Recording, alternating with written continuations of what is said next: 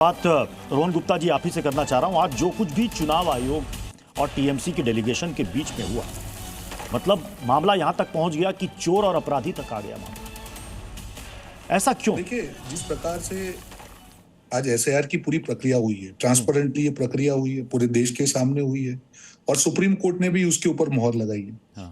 और संवैधानिक तरीके से हुई। पहले जो प्रक्रिया हुई उसके बाद मौका दिया गया, उसके बाद फाइनल हुआ।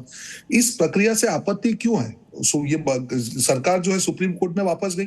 सुप्रीम कोर्ट ने कहा कि नहीं, हम वेट नहीं कर सकते, ऑलरेडी हमने इनको मौका दे दिया है। तो हर चीज में लोकतंत्र की या संविधान की दुहाई देकर राजनीति कब तक करेंगे? ये संवैधानिक तौर पे ही हो रहा है। एसआईआर कोई संविधान के बाहर तो हो नहीं रहा है।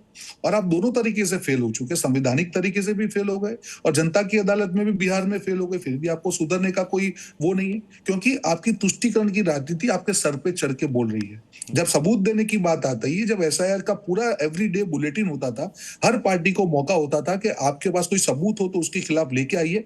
एक भी पार्टी ने कोई सबूत नहीं दिया। फिर उसके बाद लगा कि नहीं, अब तो उनकी वोट बैंक की राजनीति डूब जाएगी, तो फिर वापस है हल्ला बुलाने का, पॉलिटिकल जो उसका पूरा एंगल दे दिया। तो मुझे बताइए कि एसआईआर की प्रक्रिया में एक मैं चैलेंज के साथ कहता हूं कि टीएमसी ये बता दे कि कौन सी प्रक्रिया असंवैधानिक तरीके से हुई। ठीक है, मुझे एक बात बताइएगा, मैं आपको एक बयान सुनाता हूं, उसके बाद मैं आपसे सवाल करूंगा कि ये जो जितने नाम कटे हैं वो लोग हैं कौन। बयान मैं आपको एक बार सुनाना चाहूंगा केंद्रीय गृह मंत्री का। हम घुसपैठियों के नाम मतदाता सूची से कटवा रहे हैं। ये ममता दीदी और राहुल बाबा के पेट में दर्द हो रहा है। रोने दो ममता बनर्जी को, छातियां पीटने दो राहुल बाबा को।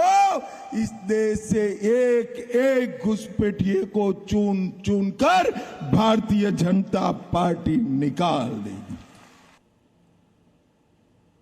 तो रोहन जी, ये जितने लोगों के नाम कटे हैं सारे के सारे घुसपैठिए हैं क्या? बिल्कुल नहीं, उसमें घुसपैठिए भी हैं। मैं यही कहना चाह रहा हूं कि जब प्रक्रिया एक साफ होती है, बयान तो बिल्कुल साफ और स्पष्ट है। बिल्कुल बयान साफ और स्पष्ट है कि हम घुसपैठियों के नाम काट रहे हैं। तो जितने लोगों के नाम कटे हैं कुल मिलाकर 90 लाख, पश्चिम बंगाल में 90 लाख घुसपैठिए हैं। उन्होंने ये कहा कि हम सारे घुसपैठियों के नाम काट रहे हैं। इसका मतलब ये हुआ कि 90 लाख में सारे के सारे घुसपैठिए शामिल हैं। उन्होंने ये नहीं कहा कि 90 लाख घुसपैठिए, दोनों चीजों में आप समझिए बात को। सारे के सारे घुसपैठियों के नाम 90 लाख में आ चुके हैं।